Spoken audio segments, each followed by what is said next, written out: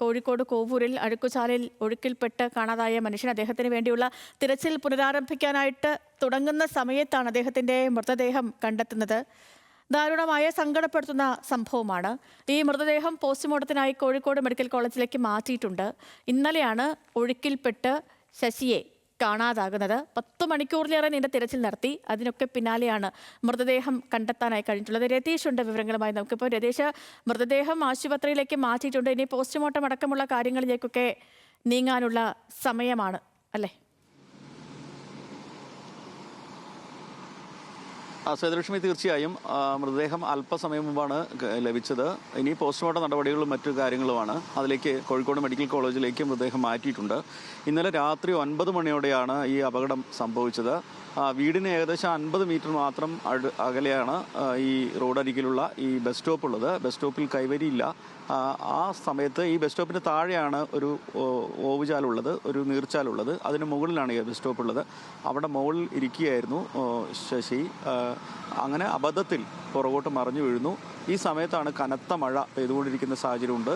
കനത്ത മഴയിൽ വലിയ വെള്ളപ്പാച്ചിലുണ്ടായി, വലിയ ഒഴുക്കുണ്ടായി ഈ ചെറിയ തോട്ടിൽ. ആ കുത്തൊഴുക്കിൽപ്പെട്ടാണ് 2 കിലോമീറ്റർ അകലെയാണ് ശശിയുടെ മൃതദേഹം ഇന്ന് രാവിലെ പാലാഴിയിലെ ഇക്ര ക്ലിനിക്കിന് സമീപമുള്ള തോട്ടിനോട് ചേർന്ന കരിയലുകൾ മൂടിയ നിലയിലായിരുന്നു രാവിലെ നാട്ടുകാർ മൃതദേഹം കണ്ടെത്തിയത്.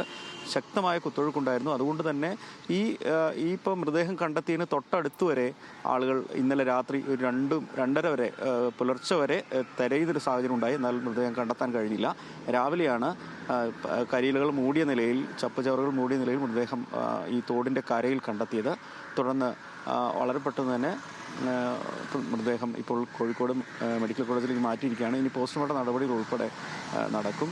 എന്തായാലും ഇന്നലത്തെ ആവും വിധം ഇദ്ദേഹത്തെ കണ്ടെത്താൻ ഇന്നലെ രാത്രി തന്നെ നാട്ടുകാരും ഫയർഫോഴ്സും ഒക്കെ ആവും വിധം ശ്രമിച്ചിരുന്നു. പക്ഷേ ദൗർഭാഗ്യവശാൽ കണ്ടെത്താൻ കഴിഞ്ഞില്ല. ഇന്നലെ തെരച്ചിൽ നടത്തിയതിൻ്റെ അല്പം അകലെ ഈ മൃതദേഹം ഇന്ന് രാവിലെ കണ്ടെത്തുകയായിരുന്നു.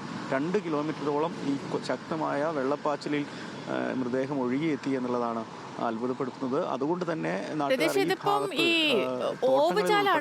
ഓവുചാലിൽ വീണാണ് ഇദ്ദേഹത്തിന് ഈ അപകടം പറ്റുന്നത്. സാധാരണ മഴകൾ പെയ്യുമ്പോൾ ഇങ്ങനെ കുത്തൊഴുക്കുണ്ടാകുന്ന ഒരു ഓവുചാലാണോ അത്? ഇത് ഓവുചാലാണെങ്കിൽ തന്നെ അതിലൊരു ഈ മൂടിയൊക്കെ വരേണ്ടതല്ലേ? അത് നേരത്തെ ഉണ്ടായിട്ട് പിന്നീട് മാറ്റിയതാണോ? അതുമായി ബന്ധപ്പെട്ട് എന്തെങ്കിലും കാര്യങ്ങൾ കൂടി വരുന്നുണ്ടോ?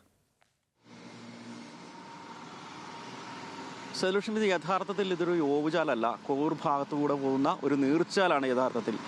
ഈ നഗരം വികസനത്തിൻ്റെ ഭാഗമായി തോടുകൾ ചെറുതാവുന്നത് പോലെ ചെറുതായി ഇതൊരു ഓവുചാലിൻ്റെ രൂപത്തിലാവുന്നു. സ്വാഭാവികമായിട്ടും നഗരത്തിലെ മലിനജലമടക്കം ഇത്തരം പോകുന്ന ഒരു ഓവുചാലായി ഇത് പരിണമിക്കുന്നു. പക്ഷേ ഇപ്പോഴും നീർച്ചാലാണിത്.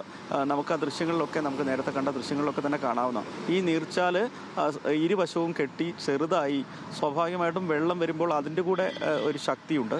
അങ്ങനെ ശക്തമായ കുത്തൊഴുക്കാണ് ഇന്നലെ ഉണ്ടായത്. ഈ നഗരങ്ങളിലുമൊക്കെയുള്ള വെള്ളത്തിൻ്റെ ഇങ്ങോട്ടുള്ള സ്രോതസ് ഈ തോട് വഴിയാണ്, ഈ ഓവുചാൽ വഴിയാണ് പോകുന്നത്. ഇത് പാലാഴിയിലേക്ക് എത്തുന്നു. അങ്ങനെ പുഴയിലേക്ക് പോകുന്ന ഒരു വഴിയാണിത്. ഒളവണ്ണ പഞ്ചായത്തും കോർപ്പറേഷൻ്റെ അതിർത്തിയാണ് ഈ കോവൂര്. അത് കഴിഞ്ഞ് ഒളവണ്ണ പഞ്ചായത്തിലാണ്. അപ്പം ഈ മൃതദേഹം കണ്ടെത്തിയിട്ടുള്ള ഭാഗം ഒളവണ്ണ പഞ്ചായത്തിൽപ്പെട്ട ഭാഗമാണ്. യഥാർത്ഥത്തിൽ ഇതൊരു ഓവുചാലല്ല, ഒരു ചെറിയ തോട് തന്നെയാണ്. ആ തോട്ടിലൂടെ ശക്തമായ മഴയിലെ ശക്തമായ വെള്ളം കുത്തിയൊലിച്ചു വന്നു. ഇതാണ് 2 കിലോമീറ്ററിലധികം ദൂരത്തേക്ക് ഇദ്ദേഹത്തിൻ്റെ മൃതശരീരം ഇദ്ദേഹത്തെ എത്തിക്കുന്ന തരത്തിൽ ആയത്. ശക്തമായ കുത്തൊഴുക്കിൽപ്പെട്ടാണ് വന്നത്. അത്തരത്തിൽ ഇതൊരു ഓവുചാലല്ല, ഒരു തോട് ഓവുചാലായി രൂപപ്പെട്ട സാധ്യതയാണ്. അതുകൊണ്ട് തന്നെ ഇതിലാണ് ചെറിയ മഴയിൽ പോലും കുത്തൊഴുക്ക് ഉണ്ടാവുന്നത്. ഓക്കെ രതീഷ്.